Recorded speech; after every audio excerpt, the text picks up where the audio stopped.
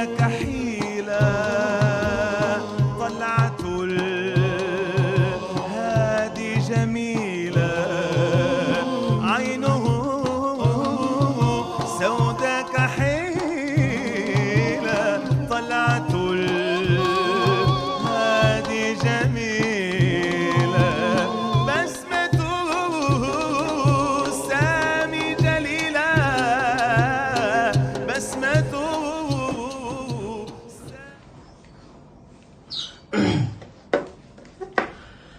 Assalamualaikum warahmatullahi ta'ala wabarakatuh. Bismillahirrahmanirrahim. Alhamdulillahirrabbilalamin. Wassalatu wassalamu ala ashrafil anbiya wal mursalin Sayyidina Maulana Muhammadin wa ala alihi wa sahbihi ajma'in. Subhanaka la ilma lana illa ma 'allamtana innaka antal alimul hakim. Wa la hawla wa la quwwata illa billahil aliyyil azim. Allahumma salli ala Sayyidina Maulana Muhammadin nur المذهب للنسيان بنوره وعلى آله في كل لمحة ونفس عدد ما وسع علمك آمين أما بعد. InsyaAllah pada hari ini kita akan menyambung semula perbincangan kita berkaitan tentang suatu kitab yang muktabar yang membahaskan tentang fiqh Imam Syafi'i berpandukan dengan kitab Matan Abi Syuja' ataupun Matan Al-Ghayah wa Taqrib. Tuan-tuan dan puan-puan boleh buka muka surat 21 mengikut link PDF yang telah kita berikan di status. Bismillahirrahmanirrahim. Qala al-musannifu rahimahullahu ta'ala wa nafa'ana bi'ulumihi fid darain amin. Pada hari ini kita akan membahaskan, sebelum ini kita dah bahaskan berkaitan tentang wudu, berkaitan tentang air dan sebagainya. So daripada asbabul hadas kita dah masuk asbabul hadas, maksudnya asbabul wudu lah, perkara-perkara yang menyebabkan wudu kita dah masuk, perkara-perkara yang membatalkan wudu lah, asbabul wudu, rukun-rukun wudu, sunat-sunat wudu telah kita bahaskan. Hari ini kita masuk pula perbahasan berkaitan tentang hadas besar ataupun mandi wajib. Seperti kita sudah maklum, dalam taharah ini ada tiga, iaitu pertama adalah membuang hadas kecil, membuang hadas besar dan juga istinja. Okey, dan juga inilah menyucikan diri daripada najis. So kita masuk dalam perbahasan mandi wajib ataupun mandi janabah ataupun mengangkat hadas besar. Bismillahirrahmanirrahim. Qala al-musannifu rahimahullahu ta'ala wa nafa'ana bi'ulumihi fid darain amin. Faslun fi mujibatil ghusli. Faslun fi mujibatil ghusli. Fasal ataupun bahagian dalam menerangkan tentang perkara-perkara yang mewajibkan untuk kita mandi. Asbabul hadasil akbar. Maksudnya kita masuk dalam perbahasan apa yang kalaulah berlaku dekat kita, maka kita wajib untuk mandi wajib ataupun angkat hadas besar. So apa perkara-perkara yang mewajibkan kita untuk mandi wajib? Contoh sebelum ni kita dah bahas.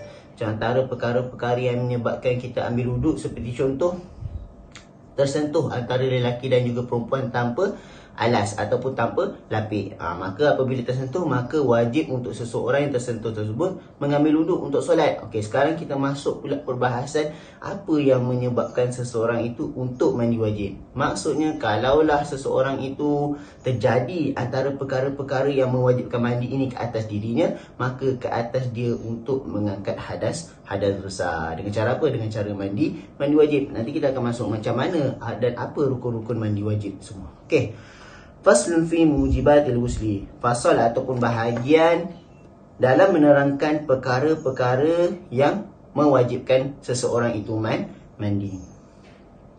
Walladhi yujibul ghusla sittatu asya'. Salasatu asya' tashtariku fiha ar-rijal wan nisa' wa hiya iltiqa'ul khitanaini wa inzalul maniyyi wal mautu. Wa salasatun takhtassu biha an-nisa'u wa hiya al-haidu wan nifasu wal wiladah. Okey. Bahagian yang mewajibkan ataupun bahagian ataupun fasal yang menerangkan tentang perkara-perkara yang mewajibkan seseorang itu mandi. Walladhi yujibul ghusla sittatu asya'. perkara-perkara yang mewajibkan seseorang itu mandi wajib, sittatu asya, ada 6 perkara. Maksudnya kalaulah 6 perkara ini berlaku terhadap ataupun kepada seseorang, maka wajib ke atas dirinya untuk mengangkat hadas besar ataupun mandi wajib. Salah satu asya'a tashtariku fiha ar-rijal wan nisa. 3 daripada 6 perkara tadi, salah satu asya' tashtariku, berkongsi, fiha, pada 3 perkara tersebut, ar-rijalu, lelaki, wan nisa'u, perempuan. Maksudnya daripada 6 perkara tersebut, 3 daripadanya berlaku pada lelaki dan juga berlaku kepada perempuan. Maksudnya daripada 3 tersebut, 3 daripada 6 tersebut ada pada diri seseorang lelaki ataupun ada pada diri seseorang perempuan. Apa dia 3 tersebut? Maksudnya lagi 3 tu nanti kita tengok. Maksudnya dia ada salah satu ataupun salah khusus bagi sama ada untuk lelaki ataupun perempuan. Adapun 3 ini berkongsi. Maksudnya ada dekat lelaki, ada juga perempuan. Kalaulah 3 perkara ini berlaku pada lelaki ataupun perempuan, maka ke atas orang yang berlaku tersebut perlu untuk mandi wajib. Apa 3 benda tersebut? Wahya, dia adalah iltiqa'ul khitanaini, bertemunya 2 khitanain. Khitanain ni maksudnya 2 kemaluan lah. Maksudnya khitanain maksudnya alat yang disunat ataupun perkara yang disunatkan. Maksudnya lelaki dan juga perempuan punya kemaluan. Wahya iltiqa'ul khitanain, apabila bertemunya 2 alat kemaluan antara lelaki dan juga perempuan, maka ke atas lelaki dan juga ke atas perempuan tersebut wajib untuk mengangkat hadas besar. Ataupun senang kita dalam perbahasan sekarang, jima' lah. Maksudnya kalau berlakunya jima' antara lelaki dan juga perempuan, maka proses jima' tersebut menyebabkan lelaki dan juga perempuan tersebut dihukumkan dalam keadaan hadas besar. Dan apabila dia hendak melakukan sesuatu perkara yang ibadat, maka dia wajiblah mengangkat hadas besar tersebut dengan cara apa? Dengan cara al-ghuslu, iaitu mandi wajib. Okay, sebelum tu al-ghuslu, aku masuk al-ghuslu. Al-ghuslu ni maksudnya dari segi istilah ataupun dari segi bahasa adalah menyiram. Menyiram dari segi bahasa, menyiram sesuatu secara mutlak lah. Kita siram air, kita bagi kita siram. Contoh kita siram dekat baju ataupun basuh baju, maka dikatakan sebagai basuh ataupun al-ghuslu. Ataupun kita menyiram pada kereta, kita membasuh kereta pun dinamakan sebagai al-ghuslu. Itu dari segi bahasa lah, maksudnya menyiram air pada sesuatu, maka dia dikatakan sebagai al-ghuslu. Adapun apa yang dikatakan dalam perbahasan ini menurut istilah adalah apa? Sailanuhu ala jami'il badani biniyatin makhsusatin, menyiram ataupun mengalirkan air pada seluruh badan biniyatin makhsusah, dengan niat yang tertentu, iaitu niat kita mengangkat hadas besar lah. So itu yang dinamakan sebagai al-ghuslu ataupun mandi wajib dalam perbahasan yang kita sedang bahaskan ini. So perkara-perkara yang menyebabkan mandi wajib yang perlu kita mandi, iaitu perlu kita menyiram air ke seluruh badan dengan niat tertentu, ini ada 6 perkara. Salah satunya, 3 daripadanya berkongsi antara lelaki dan juga perempuan, dan 1 daripada 3 ini adalah iltiqa'ul khitanain, ataupun dengan kata lain ataupun dengan istilah lain yang dikatakan sebagai jima'. So apabila berlakunya jima' antara lelaki dan juga perempuan, maka ke atas lelaki dan juga ke atas perempuan tersebut wajib dia untuk mengangkat hadas besar dengan cara mandi wajib. Walaupun proses jima' dia tersebut tidak menyebabkan keluar air mani. Apabila masuk sahaja zakar lelaki ke dalam faraj perempuan, maka dihukumkan kedua-duanya adalah hadas besar, walaupun dia tidak mengeluarkan air mani. Tapi apabila masuk sahaja ke dalam faraj perempuan, maka dia dihukumkan sebagai hadas besar atau menjima' lah. Okey, itu yang pertama yang berkongsi antara lelaki dan juga perempuan. Wahyal iltiqa'ul khitanain, dan dia adalah pertama adalah pertemuan antara 2 alat yang telah disunatkan. Yang kedua, inzalul mani, keluarnya air mani. Okey, Yang kedua, yang berkongsi antara lelaki dan juga perempuan yang menyebabkan kedua-duanya perlu ataupun wajib untuk mengangkat dada besar adalah apabila kedua-dua lelaki ataupun perempuan itu keluarnya air mani pada dirinya. Sama ada keluar air mani dengan jima' ataupun bukan dengan jima'. Contoh dengan jima', contoh dia keluar air mani sama ada dalam faraj ataupun di luar faraj. Contoh dalam faraj, dia keluar dalam faraj, dia keluar luar faraj, dia sebelum dia keluar tu dia tarik, kemudian dia keluar di luar. So itu juga perkara yang menyebabkan dia mandi wajib. Ataupun selain daripada jima', contoh dia keluar air mani dengan cara tidur. Contoh dengan cara tidur, dia mimpi. So apabila dia bangun, sedar-sedar basah. So apabila basah tu dan dikenal pasti air yang basah tersebut adalah air mani, maka dia dihukumkan sebagai hadas besar ataupun orang yang wajib untuk mengangkat hadas besar. Mandi wajib lah, dia perlu mandi wajib selepas bangun dari tidur. Sama ada daripada tidur ataupun bukan tidur, bukan dengan cara tidur. Contohnya apa? Contohnya keluarnya air mani dengan menggunakan tangan seseorang isteri.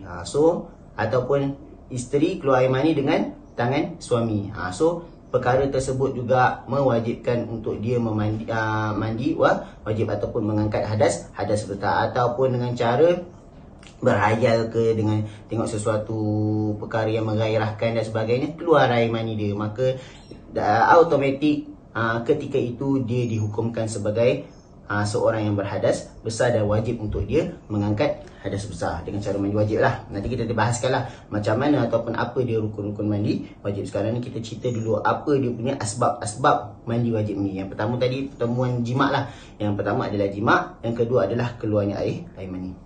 Yang ketiga, yang berkongsi antara lelaki dan juga perempuan. Ni berkongsi antara lelaki dan perempuan. Okey. Yang ketiga adalah al-mautu, iaitu mati. Apabila seseorang mati, maka wajib ke atas orang tersebut untuk dimandikan. Sebab itulah dalam rukun-rukun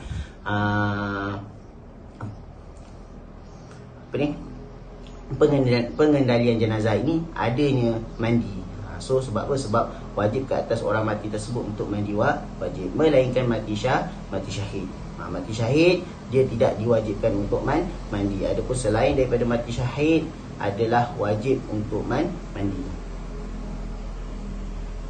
Lelaki dan juga perempuan. Okey, habis tiga yang berkongsi antara lelaki dan juga perempuan. Wasalah satun takhtassu bihan nisa'u, dan yang tiga baki daripada perkara-perkara yang wajib untuk mandi, takhtassu bihan nisa'u, dikhususkan dengan tiga perkara tersebut perempuan sahaja. Maksudnya kalaulah lelaki, dia tidak akan berlaku tiga perkara ini. Adapun yang tiga perkara yang telah kita sebutkan berkongsi, berlaku pada lelaki, berlaku pada perempuan. Adapun tiga perkara yang menyebabkan mandi wajib selepas yang kita akan bahaskan ini hanya berlaku pada perempuan sahaja. Apa dia tiga perkara tersebut? Yang pertama adalah al-haidu, iaitu haid. Apabila seseorang perempuan itu keluar darah haid, maka wajib ke atas dirinya untuk mandi wajib. Darah haid ni darah haid lah. Selain daripada darah haid, dia tidak mewajibkan mandi wajib. Seperti contoh apa? Contoh darah istihadah. Istihadah tidak mewajibkan seseorang itu mandi wajib. Yang kedua adalah nanti kita bahaskan berkaitan tentang haid. Dia ada perbahasan khusus apa dia haid tersebut, macam mana ciri-ciri dan sebagainya. Wan nifasu, dan nifas. Apabila keluarnya darah nifas pada diri seseorang perempuan, maka wajib ke atas dirinya untuk mandi wajib. Nifas ni adalah darah yang keluar selepas kelahiran. Maksudnya selepas habis berlaku kelahiran, ada darah-darah yang keluar. Maka bukan darah yang baki-baki tu, tetapi dia dalam, nanti kita ada bahas juga nifas di dalam perbahasan haid tersebut. Dia ada selitkan perbahasan nifas. Tapi ala kulli hal, secara kesimpulan, nifas ni adalah darah yang keluar selepas habis proses wiladah. Nanti ada sikit ataupun dalam beberapa tempoh keluarnya darah. So itu dinamakan sebagai nifas. Okey. Dan yang terakhir daripada perkara yang mewajibkan mandi yang dikhususkan kepada perempuan adalah al-wiladah. Wiladah ni maksudnya kelahiran lah. Maksudnya kelahiran itu mewajibkan seseorang itu mandi wajib. Sebab apa? Sebab Sebab apa dia asingkan antara wiladah dan juga nifas? Sebab wiladah nifas ini tak berlaku kepada semua orang yang melahirkan anak. Ada orang yang melahirkan anak tapi dia tidak keluar darah nifas. So sebab itulah diasingkan. So selepas habis dia proses wiladah, dia wajib mandi terus dan dia perlu melakukan apa perkara-perkara yang diwajibkan ke atas diri mukallaf lah. Sebab apa? Sebab dia tak ada penghalang daripada perkara-perkara tersebut. Adapun kalaulah selepas wiladah dia keluar pula nifas, maka dia perlu stop dulu. Dia tak boleh beribadat. Dia kena tunggu habis nifas dahulu. Dah selesai nifas, baru dia boleh melakukan apa yang diwajibkan ke atas seorang mukallaf. Sebab tu dia diasingkan, sebab nifas ni tidak berlaku kepada semua wanita yang bersalin. Adapun wiladah, kalaulah seseorang wanita itu bersalin, maka memang keluarlah wiladah. So selepas wiladah tu ada perempuan yang keluar nifas, ada perempuan yang tidak keluar nifas. Siapa yang keluar nifas, maka dia perlu tunggu dulu sampai habis proses nifas, baru dia boleh melakukan solat, puasa dan sebagainya. Tapi kalaulah contoh dia tak keluar nifas, selepas wiladah tu bersih dan tak ada keluar darah apa-apa, maka dia wajib terus melakukan perkara-perkara yang diwajibkan ke atas diri seseorang mukallaf. Okey. Faslun fi faraidil ghusli wa sunanihi. Cukup dulu. Wallahu alam.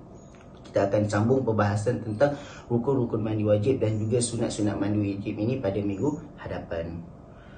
Sallallahu ala sayyidina maulana Muhammad wa ala alihi wa sahbihi ajma'in. Subhanakallahumma wa bihamdika asyhadu an la ilaha illa anta astaghfiruka wa atubu ilaik. Amintu su'an wa zalamtu nafsi faghfir li fa innahu la yaghfiru dzunuba illa anta. Subhanakallahumma wa bihamdika asyhadu an la ilaha illa anta astaghfiruka wa atubu ilaik. Amintu su'an wa zalamtu nafsi faghfir li fa innahu la yaghfiru dzunuba illa anta.